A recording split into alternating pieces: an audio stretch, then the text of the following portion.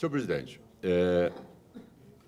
saudaria aqui não só o nosso deputado estadual do meu estado de Goiás, que é uma honra enorme tê-lo aqui, como todos os demais expositores, o ex-senador aqui, Almir, que preside também a Federação da Indústria aqui do estado, o representante do Banco do Brasil, dos fundos constitucionais, como também o Apolinário pelo seu desenvoltura nessa área. Bom, essa tese da harmonia e da confraternização, acho que não existe Estado que tenha mostrado maior gesto de confraternização e de harmonia e de solidariedade do que o Estado de Goiás, não é verdade? É o Estado que acolhe todos os estados do Brasil com a maior tranquilidade. Você não vê no nosso Estado nenhuma discriminação a quem quer que seja. É uma coisa impressionante, até porque minha mulher é nordestina, para você ter uma ideia. Em vários lugares que eu chego, eu falo, olha, você vai fazer o discurso porque aqui tem mais... Aqui, a maioria aqui são de pessoas que vieram de outros estados. Então, isso é uma maneira goiana. Nossa casa tem o hábito de acolher as pessoas bem, nós não temos mais esse estilo de separatista, nunca foi nosso. Uma luta característica minha é exatamente contestar o atual governo quando ele faz uma luta de uns contra outros. Isso é uma coisa que me preocupa muito. O Brasil nunca teve essa índole. Alguns setores no extremo sul do Brasil, mas a índole do brasileiro normalmente é de aglutinar, é de realmente absorver todas as pessoas que ali chegam e respeitar a sua cultura, as suas posições e cada vez mais acolhê-las melhor. Mas vamos aos fatos. O que nós precisamos antes de nós chegarmos a projetos maiores, nós temos que resolver os problemas do dia a dia.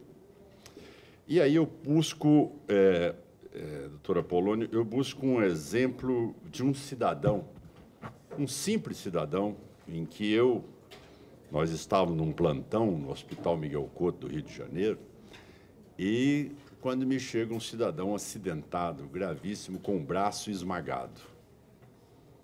E aí um colega meu olhou no relógio, exatamente na hora dele sair, chega, poucos minutos antes, um paciente que era obrigado a ser operado.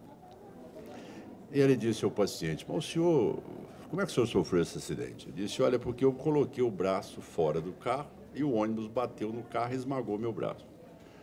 Ele disse, mas o senhor não sabe que o senhor não pode dirigir com o braço de fora? Ele disse, doutor, vamos fazer o seguinte, o senhor me dá um jeito, me dá um remédio para a dor, e solucionar meu problema, depois o senhor me ensina o Código de Trânsito.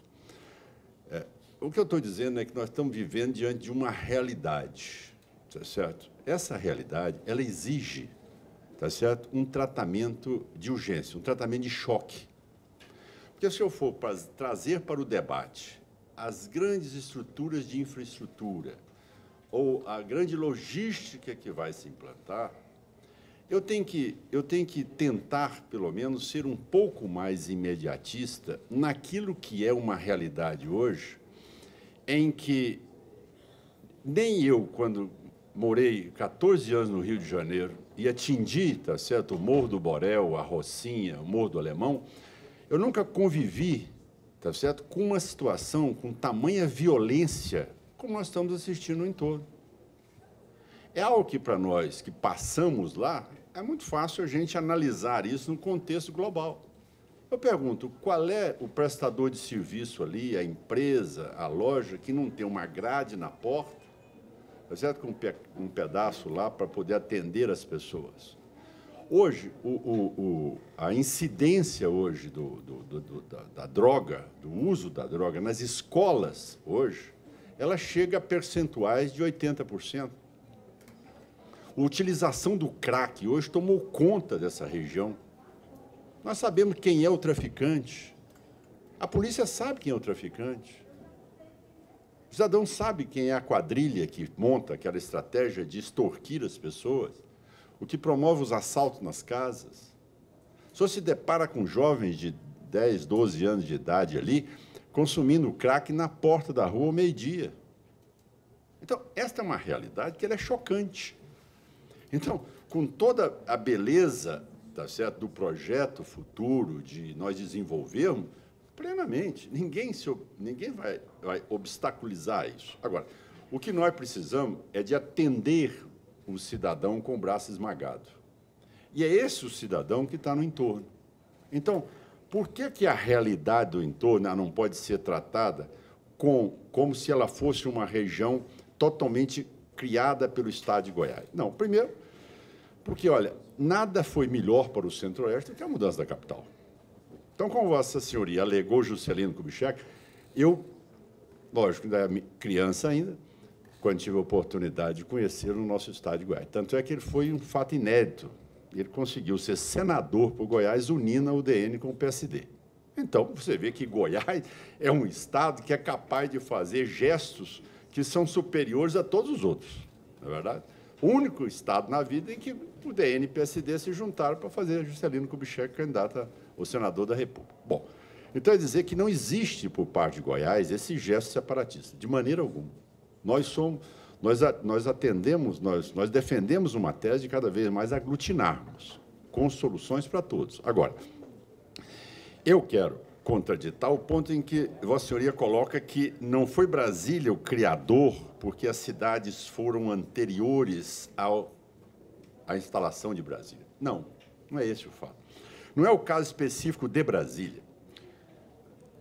Vossa Senhoria tem que entender que onde está localizado o poder, existe um fluxo migratório. Se eu colocar o poder aqui em Brasília, vai ser aqui. Se o senhor mudar a capital federal para Petrolina, vai ser lá em Petrolina. Se eu mudar para Xique-Xique, vai ser lá em Xique-Xique. Essa é a realidade. Então, não adianta os municípios serem anteriores, tá certo, à instalação da capital, porque isso aí era aquela normalidade, aquela rotina. A vinda de Brasília trouxe o desenvolvimento para todo o país. Imagino eu que o Juscelino Kubitschek não sofreu para poder tirar do Rio de Janeiro, hein? Cada dia mais eu rendo homenagens a ele, porque realmente enfrentar uma estrutura daquela e trazer para uma base onde não tinha apoio político e poder contrariar todas as lideranças políticas daquela região e enfrentar e trazer uma visão de líder que teve, dar ao Brasil essa oportunidade de ser o que é hoje, é lógico que nós temos que entender que esse mesmo espírito de Juscelino Kubitschek tem que ser tomado também por nós. Qual é o objetivo? Em primeiro lugar, a contestação é o seguinte: a migração ela vem na expectativa de melhoria da qualidade de vida. O cidadão não migra para Brasília porque ele vai ser aqui uma pessoa que não almeja ganhar mais. Esteja ele no Nordeste goiano, no Nordeste brasileiro, tá certo, em algumas regiões do Norte, ele vem para cá. Tanto é que essa população foi uma população que migrou para essa região. Esse crescimento que nós tivemos em Formosa, em Águas Lindas, tá certo, foram pessoas que vieram para cá. Qual é o foco, o atrativo? O poder. Junto ao poder tinha o quê? Melhores salários, expectativas de vencer na vida, de ter melhor emprego, de ter saúde, de ter segurança pública, de ter escola para os filhos. Isso é que faz o processo migratório. E a capital de um país, ela reflete essa perspectiva. Então, primeiro ponto. O segundo ponto, quando nós, tá certo, solicitamos, tá certo, esse projeto, e em total, não como projeto de enfrentamento, de maneira alguma, um projeto para tentar construir uma alternativa, foi por quê? Porque o objetivo, e Vossa Senhoria sabe bem, o objetivo da criação do fundo, já que Vossa Senhoria citou Juscelino Kubitschek, foi exatamente combater as desigualdades regionais. Não era constituinte, mas acompanhava o processo constituinte, e via exatamente que o legislador constituinte tinha uma preocupação, ou seja, as regiões sul e sudeste, que já foram bem aquinhoadas com estruturas anteriores e tinham um desenvolvimento diferente, essas outras regiões teriam que ter um foco para combater as desigualdades. Isso é o foco principal da norma constitucional, combater as desigualdades. Nós não podemos criar uma região que ela promova ou que ela esteja numa situação de ascensão em detrimento de outras. Esse é um fato. Tanto é que é interessante o seguinte, de repente nós ficamos com essa luta toda aqui, o último levantamento que minha assessoria fez, 82% da verba do BN10, ela é repassada para o sul e o sudeste do Brasil. 18% de todos os empréstimos do BN10 são repassados para o norte, nordeste e centro-oeste. Ora, então, o que é que nós estamos dizendo? Eu não estou contestando o Fundo de Desenvolvimento de Brasília. Isso é um direito de Brasília, é a capital. Eu acho correto isso. Aquilo que o meu deputado, meu colega colocou aqui é uma realidade. Sabe o que é que o policial fala para nós, que somos deputados? Por acaso, senador, a bala do bandido de Brasília é diferente da bala do bandido de Goiás?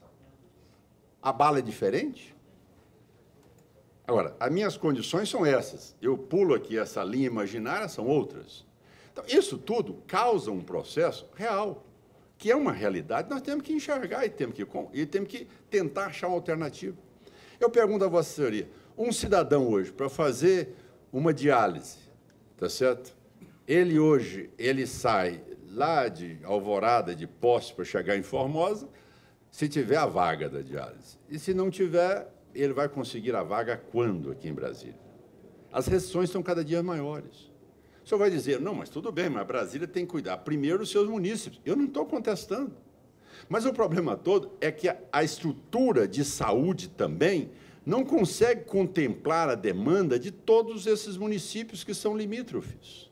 Em contrapartida, a grande maioria dos eleitores que elegem os deputados aqui de Brasília, sejam eles distritais ou federais ou senadores, uma grande parte, e eu aqui não quero errar, talvez Vossa Senhoria tenha os dados melhores do que eu, mas deve ser acima de 30% que habita essa região do entorno de Brasília.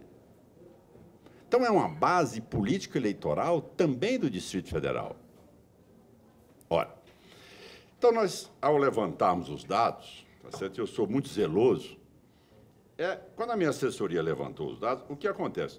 O FCO, a parcela de Brasília, era algo assim, anestesiado, ou seja, inerte. Era algo que, nesses últimos 15 anos, a planilha que eu tenho aqui agora, que me foi liberada, são apenas os últimos 4 anos. Mas você nota que a tendência era essa, 7% era a base que Brasília a vida inteira utilizou de FCO. Essa é a base. Depois, com a entrada do meu projeto, aí realmente criou-se um acelerador, uma aceleração enorme dessa tese realmente de contrair os empréstimos. Existe um fato que eu, em princípio, eu discordo de Vossa Senhoria, que é a tese de ter que industrializar Brasília. Eu concordo que Brasília sofre, como o Brasil todo sofre hoje, os problemas de uma economia, de uma falta de governabilidade. Agora, essa tese não é só de Brasília, ela é nacional. E Brasília, querendo ou não, ela tem algo que é tranquilizador. Ou seja, já pensou bem um governante, Vossa Senhoria sendo governador de um estado e já tendo um fundo que garante saúde, segurança e educação?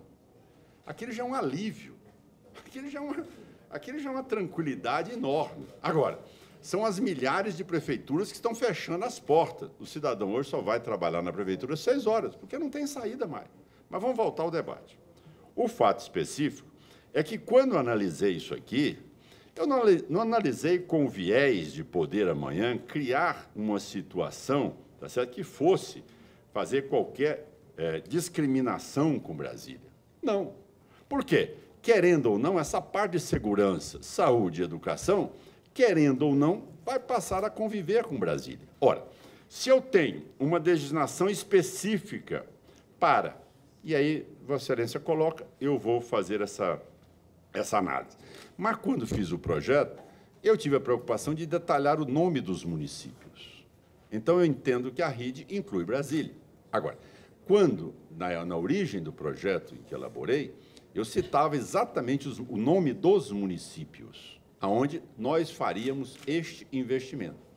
Quando o doutor Danilo coloca também que essa distribuição aqui, tá certo, ao vincular, ela não produz resultados imediatos, como ele citou o caso do Nordeste goiano, tá certo?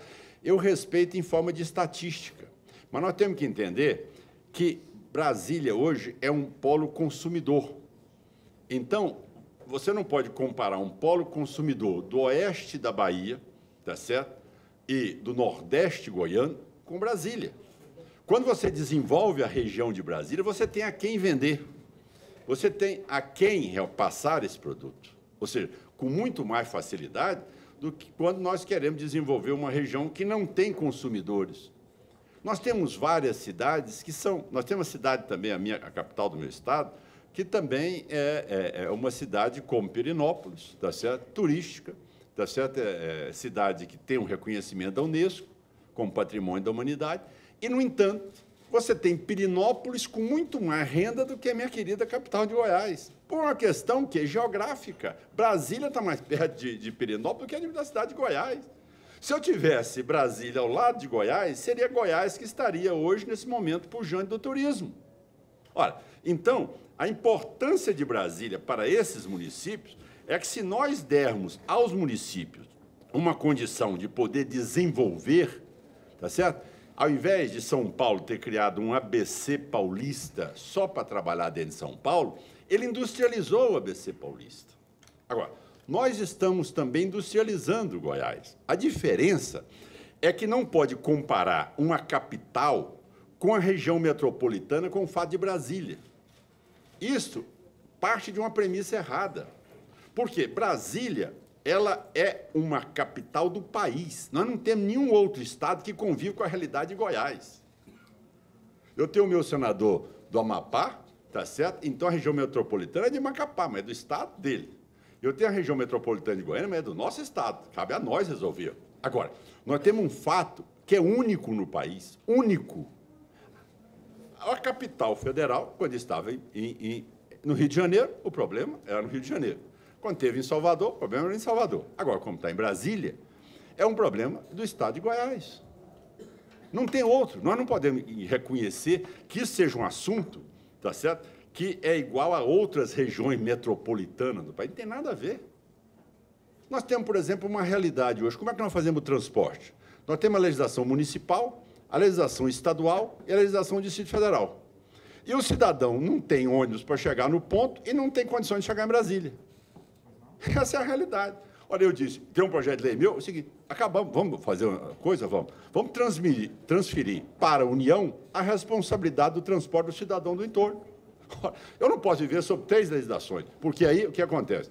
Goiás fala uma coisa, o município fala outra e o Distrito Federal fala outra. Terceira, o que acontece? O cidadão não chega em Brasília. Então, essa realidade nós temos que resolver. Qual é a proposta que eu fiz? A NTT vai se ocupar, desde a hora do cidadão sair da casa dele para ir para o ponto de ônibus, até o momento que ele chegar dentro de Brasília e o momento de ele voltar. Não pode ter 3 legislações divergentes para resolver um problema de um transporte. Então, para concluir, presidente, e agradeço o tempo que Vossa Excelência me concedeu, é dizer que o espírito ele é aglutinador. Agora, eu estou diante de um quadro de urgência urgentíssima. E para quadro de urgência urgentíssima, eu tenho que ter tratamento de choque. O tratamento de choque, eu só entendo se o que custaria, já que está incluído, tá certo? Brasília continuar com os 9% e repassar 10% especificamente para essas áreas. Ao invés de elas serem cidades dormitórios de Brasília, elas serão cidades com desenvolvimento. Não tem problema algum. Essa tese de que a cidade administrativa, como Brasília ela tem que se transformar num grande polo empresarial, Vossa Senhoria, me desculpa, mas se nós, a União, se todos nós brasileiros já passamos um fundo específico para que Brasília tenha uma característica administrativa, que Estado nenhum tem esse repasse para manter a máquina, nós não podemos admitir que amanhã Brasília faça uma concorrência desleal e predatória com os municípios limítrofes. Então, a função administrativa de Brasília é preservada, o fundo de Brasília é preservado. O que nós estamos fazendo é uma coisa só. Olha, não se pode querer achar que Brasília, hoje, se você fizer uma análise clara, tanto é que nós estamos dando guarida para quê? A presidente da República mandou um projeto da DRU, tá certo? A desvinculação, incluindo 3,6 bilhões de reais dos fundos constitucionais. Isso está dando uma condição de discurso para dizer assim, olha, existem cidades que já têm tantos benefícios, por que aqui quer concentrar mais se ele não foi nem usado? Agora, tudo bem, essa onda ela despertou nesses últimos anos.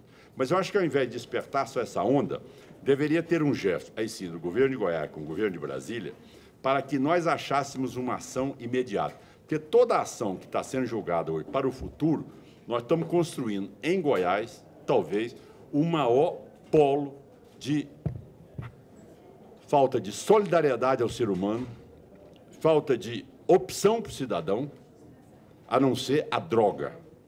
Hoje, há poucos minutos antes de chegar aqui, eu e Davi Alcolumbre estávamos numa audiência do secretário de Segurança Pública e do Ministério da Justiça.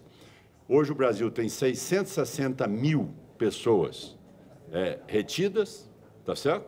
E 57% tráfico de drogas.